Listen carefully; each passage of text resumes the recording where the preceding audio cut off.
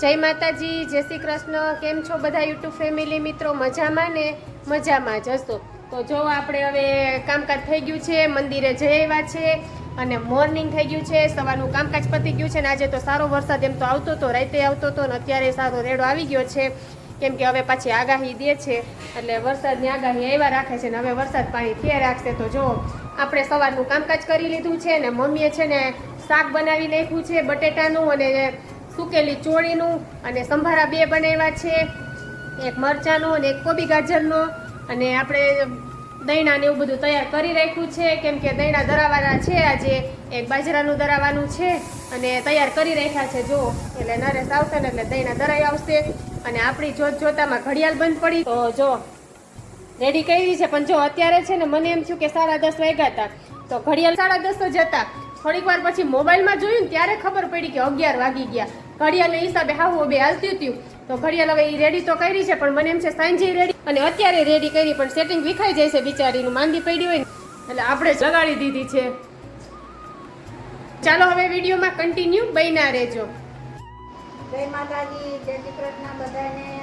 બધાય મને મારી દીકરીઓ મારા દીકરા બધાય મને પૂછે છે કે બાને કેમ છે બાને કેમ છે. મને બધું હાવ સારું છે. એ તો દાંત કઢાવે એટલે 2-3 દી તો આપણને દુખાવો કારણ કે રહેવાનો જ હોય એ તો આપણને ખબર છે. મારે હવે છે ને એટલા 7 દાંત રહ્યા છે, બાકી બધાય ઉપલા બધા નીકળી ગયા છે. એટલા હવે 7 દાંત છે ને એ સાહેબે શું કીધું તમે 3-3 કરીને 2-2 કરીને કઢવી નાખો ને પછી તમારે વાંધો ન આવે. એકારે બધા કઢવાય નહીં કે અને મારે કારણ કે એકારે કઢવો કોહાય એમ નથી. મને છે ને લોહીના બાટલા ચડાવ્યા હતા એટલે એકારે કાઢીને પાછી લોહીનું પાછું ઘટી જાય તો પાછા હેરાન થવું પડે. એ કરતાં છે ને મેં કીધું મહિને 1.5 મહિને 2-3 દાંત કાઢી નાખીને પછી બકરી થાય છે તો પેઠ્યું નકર જય ભગવાન જેવી મારા માતાજીની ઈચ્છા. તમને લાગે તમને બત્રી ફાવે? મને તો નથી ફાવે એવું લાગતું. મેં 2 દાંત ફીટ કરાવ્યા તો મારે રાતો રેત કઢવા પડ્યા હતા મને કારણ કે ફાવતા નથી. એટલે હવે જોયું થાય કારણ કે હવે મને બધા પૂછતા હતા ને એટલે હું કહું છું કે મને સારું છે અને દવાનો અત્યારે 2-3 દી તો દુઃખ છે આપણને કારણ કે દવાનો પાવર હોય ને ત્યારે ન દુખે પણ દવાનો પાવર હટે ને એટલે ઝીણો દુખાવો રહે, બહુ નથી. હતી જે પહેલાં થતો હતો ને એવો દુખાવો નથી થતો અને હવે મને સારું થાય. સારું હોય એટલે મને કંઈ હર્ટ ન થાય કારણ કે મને એમ થાય કે આને તાત્યાથી મને ન કામ કરવા દીધું ને તો મને એમ થયું કરે થોડું ઘણું એને કરવા લાગુ ને તો એને ટેકો રહીએ તો કે આજ તો હાવ આરામ કરી લો હાવ આરામ કરી લો. મને ખાટલામાં શું ન ગમે. પહેલાં તો મને 2 ભાનમાં જ પડી રહેતી કારણ કે કોમામાં રહી જતી એટલે મને કાંઈ ખબર નહોતી. હવે તો મને ખબર હોય ને તો હું કાંઈ એને એમ થાય કે હાથ કરીને દઈએ ને તો એને બધું પતી જાય અને એ હજી નાની કહેવાય એટલું બધું ન કરી શકતી હોય. આપણે જો અટાણની દીકરી કોઈ ન કરે. હું તો એમ કહું મારી દીકરીઓથી માંડી અટાણની દીકરી કોઈ એટલું કામ ન કરી શકે કારણ કે આપણે થોડોક ટેકો દેવો જોઈએ. એના ન આવડતો હોય આપણે શીખવાડવું જોઈએ, બધું આપણે કરવું પડે.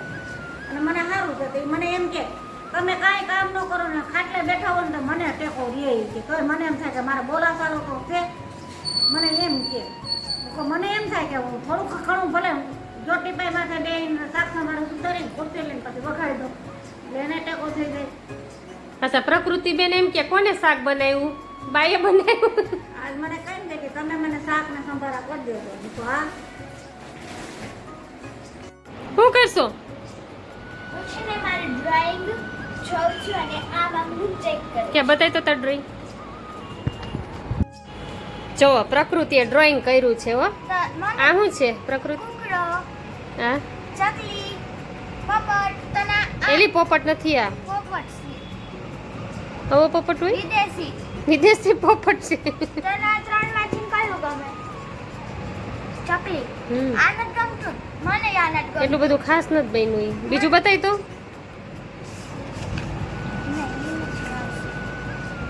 આ શું? આ પાંદ, ફૂલ, રંગોળી અને શ્રી કૃષ્ણ. હા હા, કૃષ્ણ ભગવાન. વાહ વાહ, સરસ બનાવ્યું છે. નંબર આપવો પડશે. કેટલામો? લખ. 10મો.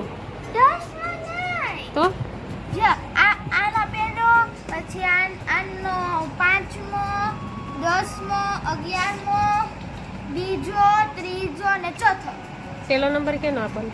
પહેલો અને આનો 5મો. પહેલો આનો તો જો પ્રકૃતિનું ડ્રોઈંગ આ છે. બાકી છે હજી કરવા. હવે અત્યારે જો આ પાછું બનાવવાનું ચાલુ કરે છે. તો લેસન પહેલા કરી લેજો પછી ડ્રોઈંગ કરજો. ડ્રોઈંગનું ટાઈમ હોય ત્યારે કરું. અત્યારે સ્કૂલેથી આવી ગઈ છે એટલે અત્યારે આવીને અને ત્યાર પછી છે ને યુનિફોર્મ ચેન્જ કરીને અને બધું જો હવે ટ્યુશનનું હોમવર્ક કરશે જમીને હોમવર્ક ટ્યુશનનું પતી જાય ને ત્યાર પછી ઘડીક વાર સૂઈ જશે, ઉઠીને પાછી ટ્યુશનમાં જાહે, આવીને સ્કૂલનું હોમવર્ક કરશે અને ત્યાર પછી સાંજે છે ને ડ્રોઈંગ શીખતી હોય છે ને ડ્રોઈંગ કે મને શોખ છે ના. જો અમારી પ્રકૃતિબેન ઢીંગીબેન છે તો પ્રકૃતિએ ઢીંગીની તો હવે આમ જો કેવી હાલત કરી નાખી છે આમ તો જો કેમ કે જો આને વાળ કાપી નાખ્યા અને બેન પાર્લર રમતા હોય અને આ કપડાં પ્રકૃતિ નાની હતી ને ત્યારે એનું છે જો બેન રમતા હોય ઢીંગી. ચાલો આપણે બપોર પછીના ઉઠી ગયા છીએ. ઉઠીને આપણે રૂટિન કાર્ય આપણે ચા પાણી પી લીધા છે અને વરસાદ જો બપોરે વરસાદ અત્યારે પાછો નથી આવતો વરસાદ. વાતાવરણ કંઈક આવું થઈ ગયું છે અને આપણે છે ને બહાર કપડાં નાખી દીધા લઈ આવ્યા હતા ને પછી ઘરમાં નાખાતા ને ઘરમાંથી પછી બહાર નાખાતા ને એવું હાલે રાખે છે કેમ કે વરસાદ આવે એટલે કપડાની મગજમારી થોડીક વધી જાય એટલા માટે. તો જો સરસ તો તુલસીમાં કેવડા મોટા સરસથી થઈ ગયા છે ને આમાં જો આપણે છે ને એક માછલી મરી ગઈ છે એમ નરેશ કહે છે. હજી જો આ ઉપર ને ઉપર રહે છે આનું કંઈ નક્કી જેવું નથી કેમ કે આને છે ને અમુક પાણી લાગુ ના પડતું હોય એટલા માટે. જો અત્યારે જો સરસ ગુલાબામાં કળી ખીલી છે, સવાર થાય ને ત્યાં ગુલાબ આવી જાય. જો આ સરસથી અત્યારે વરસાદ આને છે ને ઢાંકી દીધા છે કેમ કે વરસાદ બહુ જાય તો એ કે છે ને પીળા થઈ જાય એટલા માટે. અને આ છે શેરડી, આપણે દેવ દિવાળી આવે ત્યાં શેરડીનું હરખું થઈ જાય ને એટલા માટે શેરડી હોય ના ઝાડવાની જો સરસથી હવે તડકો ન લાગે ને એટલે સરસથી ખીલી ઉઠ્યા છે જો. અને આ હવે પાનના કોટા ફૂટવા માંડ્યા કેમ કે આમાં હવે તડકો હમણાં ન લાગે નકર વધતું બંધ થઈ ગયું હતું. અને હવે જો આ બધા પાન છે ને આપણે કાઢી નાખશું, સરસથી કરી નાખશું. તો ચાલો આગળની પ્રોસેસ ચાલુ કરી દઈએ. ઘરનું રૂટિન કરી આપણે આજે બતાવ્યું છે. તો આપણે પ્રકૃતિબેન ગયા છે ટ્યુશનમાં અને આપણે ચાલો આગળ વિડીયોમાં બન્યા રહેજો. તો જુઓ મંદિરે આરતી થાય છે, સરસથી સામે મંદિરે આરતી થાય છે અને વરસાદ આવવાની ફૂલ તૈયારી છે. તમે વાતાવરણ જોઈ શકો છો એકદમ કાળું ડિબાંગ જેવું થયું છે. વરસાદ આવશે ખરી.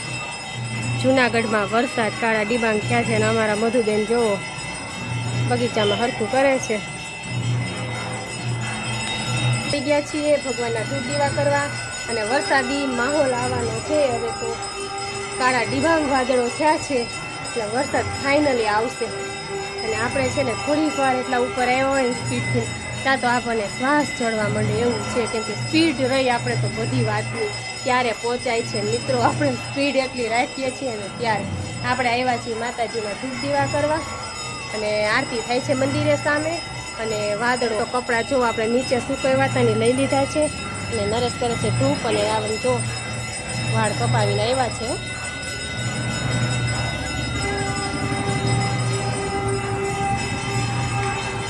તો સરસથી મંદિરે ઝાલરનો અવાજ સંભળાય છે. વાદળા થઈ ગયા છે, વરસાદ આવશે, ખડા પણ છે.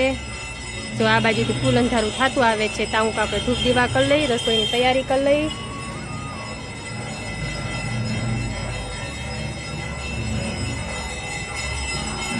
તો ચાલો આપણે દીવાબત્તી કરી લઈએ ભગવાનના અને સરસથી અમારા શંકર ભગવાનની લિંગના બધા જો આજના દર્શન છે અમારા.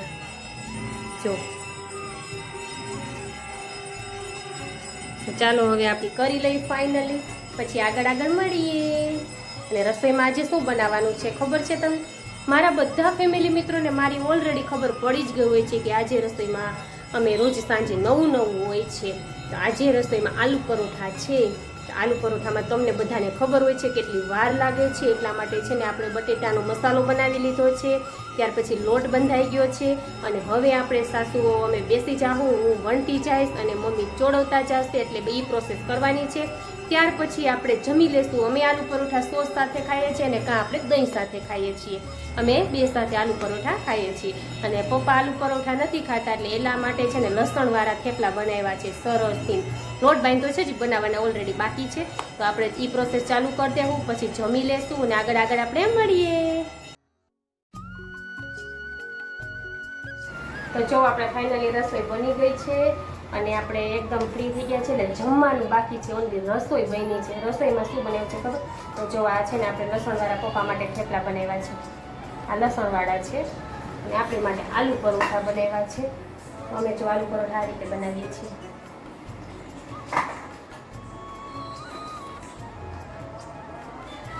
જો આપણે આલુ પરોઠા સરસથી બની ગયા છે. આપણે આલુ પરોઠા બનાવી દીધા છે. તો કોને કોને મોઢામાં પાણી આવી ગયું છે જરૂરથી બતાવજો. અને તમે બધા આલુ પરોઠા શેની સાથે શેર કરો છો એ પણ બતાવજો.